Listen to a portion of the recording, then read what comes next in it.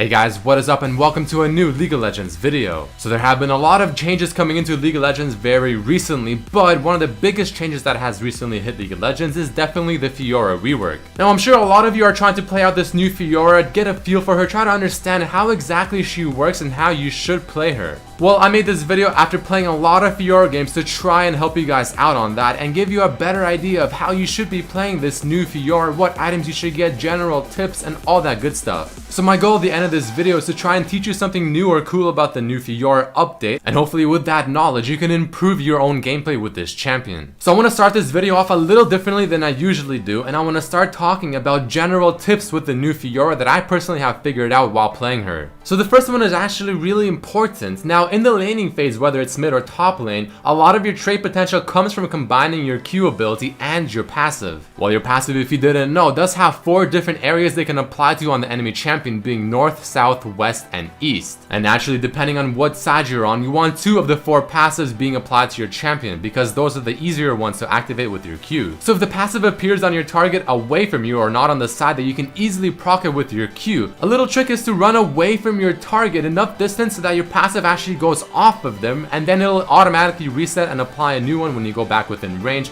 rather than standing there and waiting for it to simply diminish and then apply once more, which takes much longer. At level 1, once the laning phase starts, if your passive is applied on the good side like you see here on the Azir, you can actually go very aggressive with your Q and probably win the trade. But if not, you can usually wait till level 2 or especially level 3, and you can easily go in with the Q, proc the passive, auto attack, use the W to absorb any damage, and then retreat. Or as you're about to see with the TF example, you use the Q, proc the passive, proc the E ability as well both times if possible, and then react with a W to absorb any retaliation and go in for the kill or retreat and then repeat.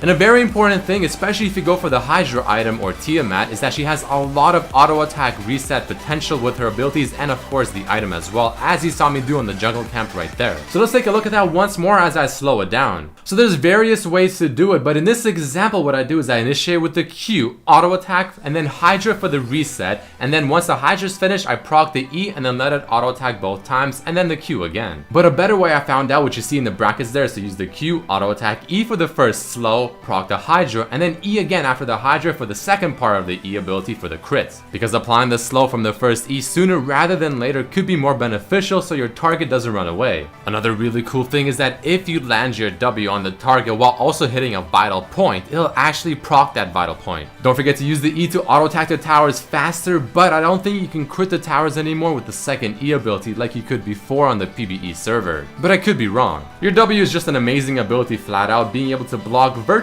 anything and any form of damage. For instance, in this Z clip, as we go for a huge 1v1 battle, he of course applies his death mark, but I time my W to absorb the damage the death mark deals, and virtually taking no damage from his ultimate itself. And last but not least, using your ultimate on a dying target just to proc the heal for your team within a team fight can be much more beneficial than using it on a target that's full HP and trying to deal more damage to them. So those are the general tips that I have so far come up with while playing several games of Fiora. Next, let's go into the pros and cons of playing Fiora mainly in the mid lane and maybe even top lane. So what are the positives of this new Fiora? Well, she first has good quick harass with her Q and her passive combined, and it gives you a nice little HP sustain in the laning phase. I have also found the mana costs of her abilities to not really be too much of a problem, especially if you start bottle. Her Q, though being somewhat short range, can still go over many of the walls within Summoner's Rift, which can be definitely good for chasing and or escaping. Probably the biggest and most important thing about this new Fiora is the fact that her W can, like I said earlier, virtually block almost anything within League of Legends, whether it's an ultimate, a CC ability,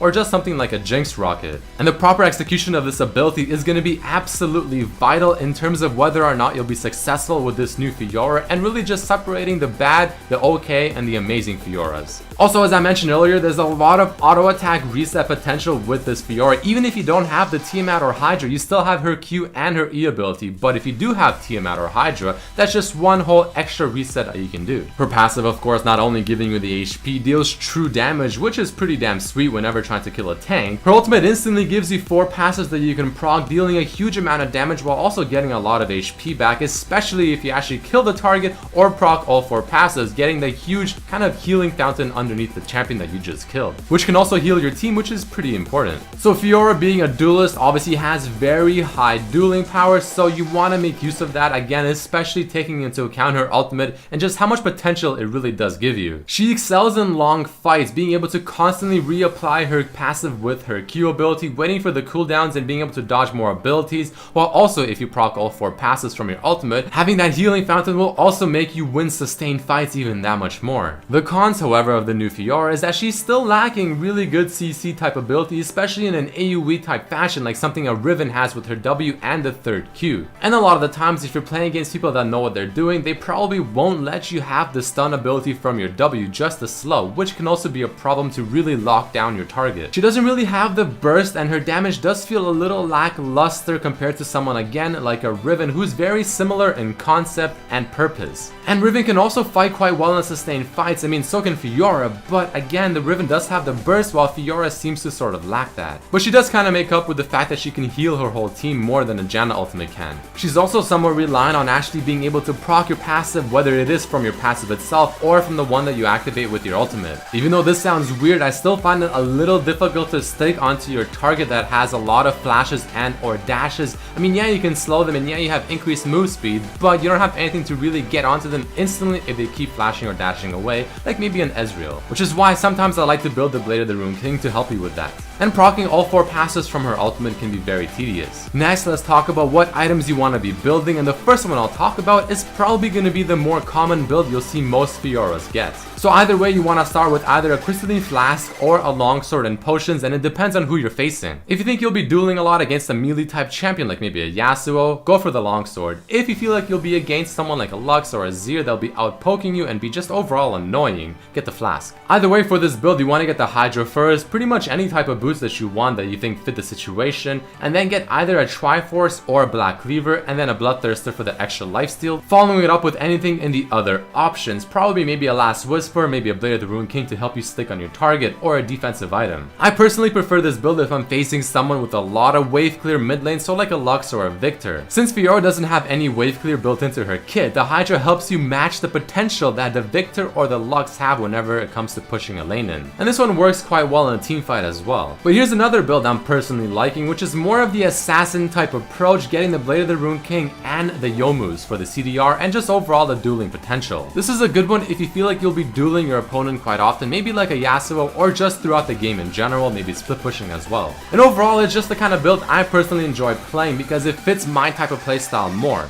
The cool thing about this build is you still build the Hydra, it is just much later into the build, kind of when you'll actually need it, since again if you're facing a Zed or Yasuo who don't really have the best kind of wave pushing potential like an Azir or someone like a Victor, you can duel them much more often. By the way, for both of these builds, if you opt out for the Triforce, then you have to get the Last Whisper almost always. However, if you go for the Black Cleaver instead, then sometimes you can actually pass up on the Last Whisper. Next, you have my runes and my masteries, which should be self-explanatory, so I'm not gonna go too much into them. Here's a very quick explanation as to how I level my abilities, and it all really depends on what I'm facing. Again, you want to have the QW at level 2 for the cheese, but you almost always want to max Q first. You want to max E second if you want more damage, or you want to max W second if you feel like you want to have more utility and if you're against someone that's casting a lot of big spells. But the final rating I'll be giving to Fiora is going to be a solid 7.5 out of 10. I think she's a very solid mid laner, being able to do quite a lot and has a very solid potential like you see here with the Azir ultimate, being able to block so many things that mid laners can bring with spells, a really surprisingly good heal for her team, great dueling potential, and overall just a solid laning phase if you play correctly with the Q passive Harass. However, she has no wave clear again unless you get the Hydro, and even then it's in melee form. Extremely tedious to proc all 4 passes from her ultimate, and again she is somewhat reliant to actually be able to proc the passives. And messing up your W could easily mean your death, so she's very reliant that you get a very good W off as well. But other than that guys, that is about it for this video. Hopefully teaching you more tricks on how to play this new Fiora, and hopefully you have actually learned something new. If you did enjoy guys, if you did learn something new, please do throw in a like for this video, subscribe if you haven't, share it with your friends, check out my other videos as well, and I really hope to see you for the next video. Peace.